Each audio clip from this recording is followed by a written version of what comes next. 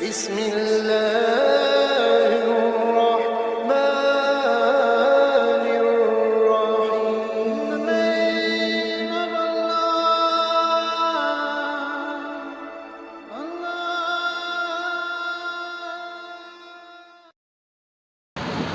الحمد لله نحمده ونستعينه ونستغفره ونؤمن به ونتوكل عليه ونعوذ بالله من شرور انفسنا ومن سيئات اعمالنا.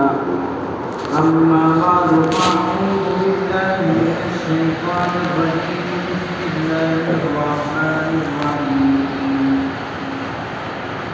أم حسبتم أن تدخلوا الجنة ولما يأتكم مثل الذين خلوا من قبلكم مستهم البأساء والضراء وزلزلوا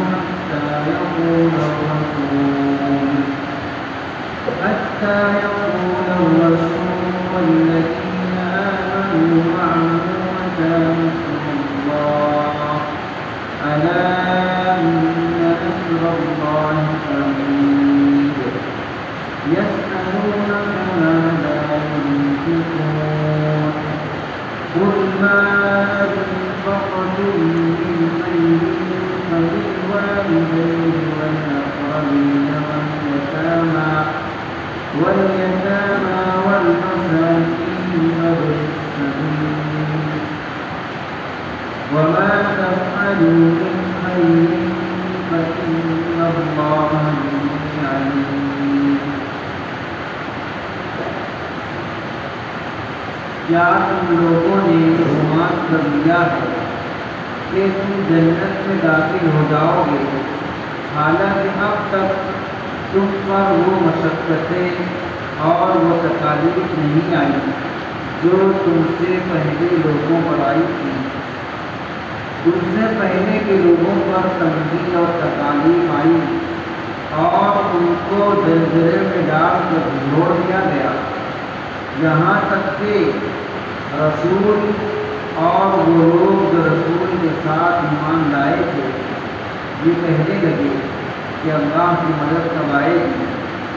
سن لو، یقیناً اللہ رب العزت کی مدد بہت قریب ہے.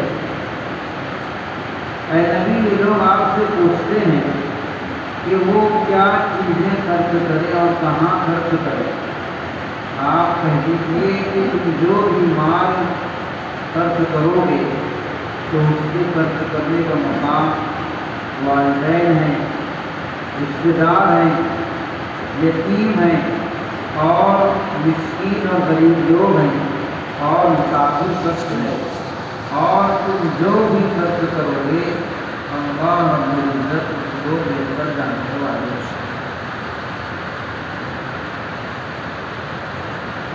اس سے پہلے کی گزشتہ آیات میں یہ مضمون ذکر کیا گیا کہ ہر زمانے میں مسلمانوں سے اختلاف کرنے والے لوگ تھے اور ہر زمانے میں نبی سے اور نبی کی قوم سے لوگوں نے اختلاف کیا.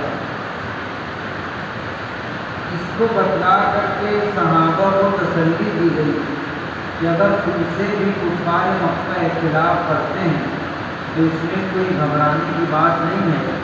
یہ سلسلہ بہت پہلے سے چلا آ رہا ہے کہ اہل حق کی مخالفت بہرحال کی جائے گی اور جو باطل ہے وہ مخالفت کرے گی.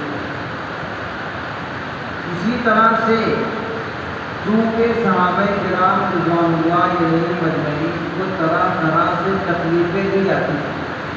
ہم لوگ بارہا حکایات صحابہ کے اندر سنتے ہیں کہ صحابہ کو ایمان لانے پر کس قدر تکلیفیں دی گئی، کس قدر مشقتیں ان کو اٹھانا پڑی.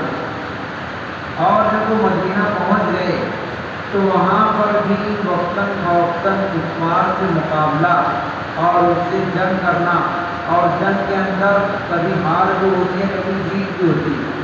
اس طرح سے مسلمانوں کو جب ستایا جا رہا تھا تو جس طرح سے ہم لوگ کسی پریشان حال کو تسلی دیتے ہیں اور اس کے غم کو ہلکا کرتے ہیں، ایسے ہی اللہ رب العزت نے صحابہ کے غم کو ہلکا کرنے کے لیے، ان کو تسلی دینے کے لیے ان آیتوں کو نازل فرمایا اور مسلمانوں کو خطاب کر کے کہا کہ کیا تم لوگ یہ سمجھتے ہو کہ جنت میں داخل ہو جانا ایک دم آسان ہے اور تم بیٹھے بیٹھے ویسے ہی گھر میں بیٹھے رہو اور کوئی تکلیف نہ اٹھانا پڑے اور جنت میں آسانی سے داخل ہو جاؤ؟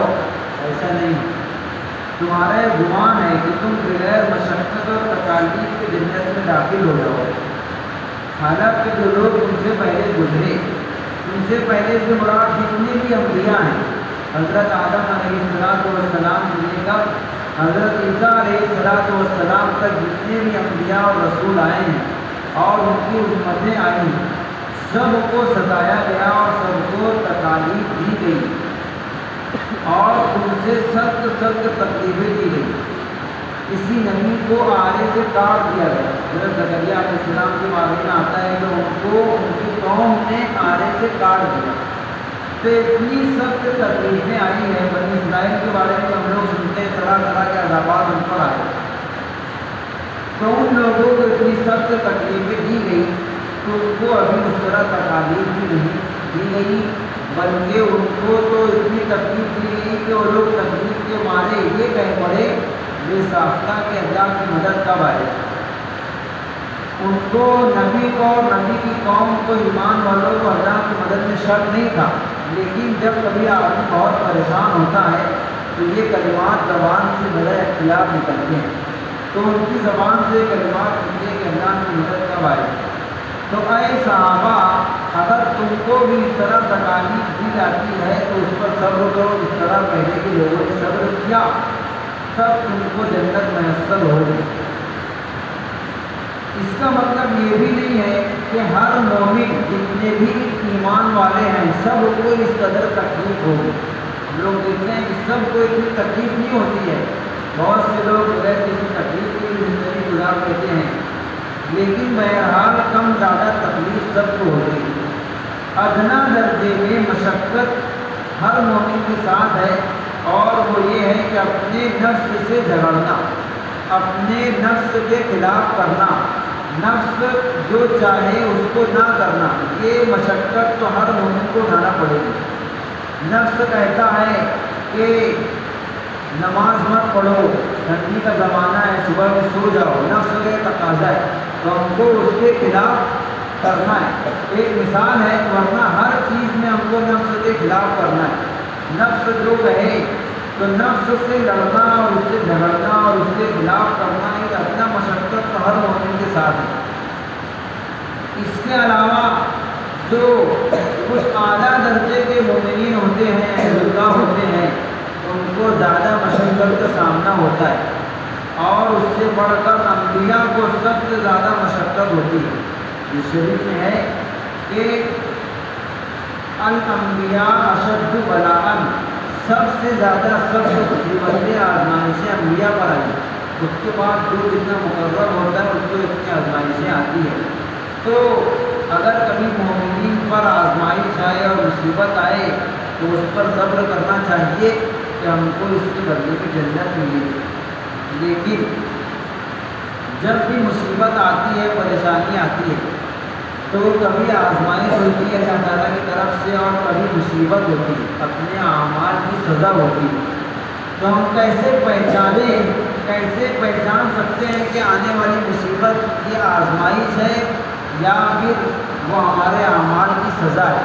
کبھی کبھی اللہ تعالیٰ مصیبت ڈال کر آزماتے ہیں، بندہ خوشحال ہوتا ہے، اللہ تعالیٰ تنگی ڈالتے ہیں تاکہ آزمائیں کہ خوشحالی میں تو میری بندگی کر رہا تھا، تندرستی میں کر رہا ہے نہیں کر رہا ہے، تو اللہ تعالیٰ آزماتے ہیں۔ اور کبھی کبھی وہ پریشانی اور مصیبت عذاب ہوتی ہے، تو ہم کیسے سمجھیں کہ وہ آنے والی مصیبت ہمارے لیے آزمائش ہے یا پھر ہمارے لیے سزا اور عذاب ہے؟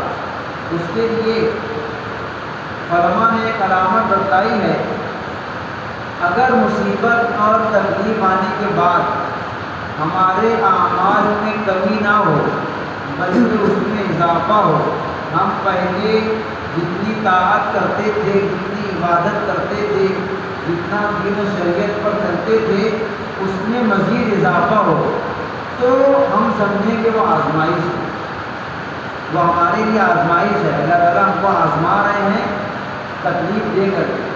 اور اگر پریشانی ہے، مصیبت ہے، پھر بھی ہمارا وہی حال ہے جو پہلے تھا، بلکہ اعمال میں اور ریورس ہو جائے اور واپس ہو جائے، پہلے جتنی طاعت کرتے تھے، جتنی عبادت کرتے تھے، اس میں بھی کمی آ جائے تو گویا کہ وہ ہمارے لیے عذاب ہے اور مصیبت ہے اور سزا ہے۔ آگے والی آیت میں صحابہ کرام نے اللہ کے نبی صلی اللہ علیہ وسلم سے سوال کیا۔ سوال یہ کیا کہ ہم جو بارہا آیات میں آتا ہے کہ اللہ کے راستے میں خرچ کرو، صدقہ کرو، تو ہم کیا خرچ کریں، کتنا مال خرچ کریں اور کہاں خرچ کریں؟ صحابہ نے دو سوال کیا۔ ایک روایت میں کہ ایک خاص صحابی نے سوال کیا، حضرت عمر بن جموح، اور ایک روایت میں ہے کہ تمام صحابہ کا سوال تھا کہ ہم کیا چیز خرچ کریں، کتنا خرچ کریں اور کہاں خرچ کریں، کس کو دیں۔ اس طرح سے صحابہ نے کئی سوالات کیے ہیں۔ سورہ بقرہ کے اندر تقریباً 7-8 سوالوں کا ذکر ہے، اس میں سے بھی ایک سوال ہے، صحابہ نے پوچھا کہ نبی ہم کیا چیزیں خرچ کریں اور کہاں خرچ کریں؟ اللہ رب العزت نے دونوں کا جواب دیا۔ سب سے پہلے اس بات کا جواب دیا کہ تم کہاں پر خرچ کرو، اس کا جواب یہ کیا کہ تمہارے خرچ کرنے کا سب سے پہلا موقع تمہارے والدین، تم جو بھی کماؤ، جو بھی حاصل کرو، اس کے خرچ کرنے کا پہلا مقام تمہارے والدین ہے، سب سے پہلا حق والدین کا ہے۔ دوسرے نمبر پر اقربین، رشتہ دار، والدین کے علاوہ جو رشتہ دار ہیں ہمارے خاندان کے اور ہمارے والدین کی طرف جو رشتہ دار ہوتے ہیں، وہ تمام رشتہ دار مراد ہیں، وہ بھی تمہارے خرچ کے حقدار ہیں۔ آدمی کا اگر خرچ کرنے کا ارادہ ہو کہ میں کچھ خرچ کروں، تو وہ بجائے اس کے کہ پہلے باہر والوں کو دیکھے کہ باہر کون محتاج ہے، پہلے اپنے گھر میں، خاندان میں، رشتہ داروں کے اندر تلاش کرے کہ کون محتاج ہے، کون کس پر خرچ کرنا چاہیے۔ بہت سی مرتبہ ایسا ہوتا ہے کہ ہم لوگ باہر تو دور دراز بہت خرچ کرتے ہیں، لیکن خود ہمارے گھر میں اور خاندان میں ایسے لوگ ہوتے ہیں جن کو ہمارے روپیے کی ضرورت ہوتی ہے اور محتاج ہوتے ہیں۔ اس لیے خرچ کرنے کا پہلا مقام والدین ہے اور اس کے بعد ہمارے رشتہ دار۔ اس کے بعد تیسرے نمبر پر یتامہ، یتامہ یتیم کی جمع ہے۔ یتیم کہتے ہیں ایسے بچے جس کے والدین وفات پا گئے ہوں، یا والدین یا پھر والد وفات پا گئے ہوں، ان کو شریعت میں یتیم کہتے ہیں۔ ان کی کفالت کی ذمہ داری بھی عام مسلمانوں پر ہے۔ پہلی ذمہ داری تو اس کے خاندان کے لوگوں پر ہے، چچا ہے اور ابو ہے اور دیگر جو خاندان کے افراد ہیں، لیکن عام طور سے پورے معاشرے پر یتیموں کی ذمہ داری ہوتی ہے۔ اگر محلے میں کوئی یتیم ہے اور وہ محتاج ہے، بھوکا پیاسا ہے، اس کی ضروریات پوری نہیں ہو رہی ہیں، تو پورے محلے اور پورے معاشرے کے لوگوں سے اس کے بارے میں سوال ہو۔ اور اس کے بعد مساکین، اپنے محلے کے، اپنے گلی کے، اپنے آس پاس کے مسکین لوگ، مسکین کہتے ہیں غریبوں کو، جن کے پاس کھانے پینے کے لیے سامان میسر نہ ہو اور وہ محتاج ہوں۔ اور آخری نمبر پر فرمایا مسافر، مسافر جو باہر سے آتے ہیں، ایسی جگہ سے آئے کہ ان کا یہاں پر کوئی نہیں ہے، اب ان کا اس کا حق بنتا ہے کہ تمام جو وہاں کے لوگ ہیں محلے کے، وہ لوگ اس کی دیکھ ریکھ کریں، اس کا خیال کریں۔ اس کے لیے بعض جگہوں پر ہم لوگ دیکھتے ہیں کہ مسافر کھانا ہوتا ہے، یہ بھی ایک اسلامی چیز ہے کہ ہم باقاعدہ مسافر کھانا تیار کریں کہ وہاں پر کوئی بھی باہر سے آنے والا مسافر وہاں پر رہ سکے، رک سکے، اس کے کھانے پینے کا انتظام ہو سکے۔ یہ چیزیں ہیں جہاں پر تم اپنا مال خرچ کر سکتے ہو۔ اس سے واضح طور پر سمجھ میں آتا ہے کہ یہاں پر زکوٰۃ مراد نہیں ہے، اس لیے کہ یہاں پر یہ کہا گیا ہے کہ تم جو بھی خرچ کرو، زکوٰۃ کی ایک حد بندی ہے، وہ مخصوص لوگوں پر فرض ہوتی ہے، اور زکوٰۃ آدمی اپنے والدین کو نہیں دے سکتا ہے، اور یہاں پر ہے کہ خرچ کرنے کا پہلا درجہ والدین کا ہے۔ اس سے معلوم ہوا کہ نقلی صدقات ہیں، اور یہ بات بھی معلوم ہوئی کہ اگر ہم والدین پر بھی خرچ کریں تو اس میں بھی ہم کو یہ معلوم ہونا چاہیے کہ یہ ثواب ہے، اور اس میں صدقے کی نیت ہم کو صدقے کا ثواب ملے گا۔ جس طرح سے ہم دوسرے کسی پر صدقہ کریں، اس پر خرچ کریں تو ثواب ملتا ہے، ایسے ہی اپنے والدین پر خرچ کرنے کے بھی ثواب ہوتا ہے۔ آپ کو معاشرے میں بہت سے ایسے لوگ ملیں گے جو باہر دوست احباب میں تو بہت خرچ کرتے ہیں، لیکن والدین ان کے محتاج ہوتے ہیں دوسروں کے کھانے پینے کے۔ اس لیے سب سے پہلا آپ والدین کا ہے، ان جگہوں پر تم اپنا مال خرچ کرو۔ وما تفعلوا من خیر، کتنا خرچ کرو اس کی شریعت نے کوئی تعریف نہیں کی۔ ہر آدمی اپنی استعداد اور اپنی حیثیت کے موافق خرچ کرے، جتنا اللہ رب العزت نے اس کو دیا ہو اس کے اعتبار سے۔ اس لیے کہ اگر اللہ تعالیٰ طے کر دے کہ ہر شخص اتنا خرچ کرے، اب کوئی شخص اگر اس پر قادر نہ ہو تو پھر وہ پریشان ہوگا۔ اس لیے نقلی صدقات کے بارے میں کوئی تعریف نہیں کی۔ جو بھی خرچ کرو ضروری بھی نہیں کہ تم پیسہ ہی دو، تم کسی کو کپڑا دے سکتے ہو، کسی کو کھانا کھلا سکتے ہو، کسی کو گیہوں چاول اناج دے سکتے ہو، جو بھی تم کو میسر ہو، تم کو آسانی ہو وہ چیز تم خرچ کرو، وہ چیز ان کو دو۔ اس میں یہ بھی مسئلہ جو ہوتا ہے کہ آدمی جب خرچ کرے تو کسی کے حق کو مار کر کے نہ خرچ کرے، اپنے اہل و عیال کے حقوق کو ادا کرنے کے بعد جو بچے اس میں سے خرچ کرے۔ ایسا نہ ہو کہ ہم اللہ کے راستے میں اور مسکینوں کو اور غریبوں کو اور یتیموں کو اس قدر دے دیں کہ خود اپنے گھر والے محتاج ہو جائیں۔ تو پہلے اپنے اہل و عیال کی ضروریات پورا کرے، اس کے بعد دیگر لوگوں پر خرچ کرے۔ ایسا نہ ہو کہ مکمل مال خرچ کر دے اور پھر خود ہی پریشان رہے۔ اس لیے اللہ کے نبی صلی اللہ علیہ وسلم نے یہ ہدایت دی ہے کہ ہر ایک کا حق ہے، پہلے گھر والوں کو حقوق ادا کرو، اس میں سے جو بچے پھر اس کو خرچ کرو۔ اور آدمی کی کمانے کے اندر باقاعدہ نیت ہونا چاہیے کہ میں جس طرح سے اپنے لیے اپنے بال بچوں کے لیے کما رہا ہوں، ایسے ہی اپنے معاشرے کے یتیموں فقراء اور مساکین کے لیے بھی کما رہا ہوں۔ اپنے کمانے کے اندر یہ نیت بھی شامل ہو۔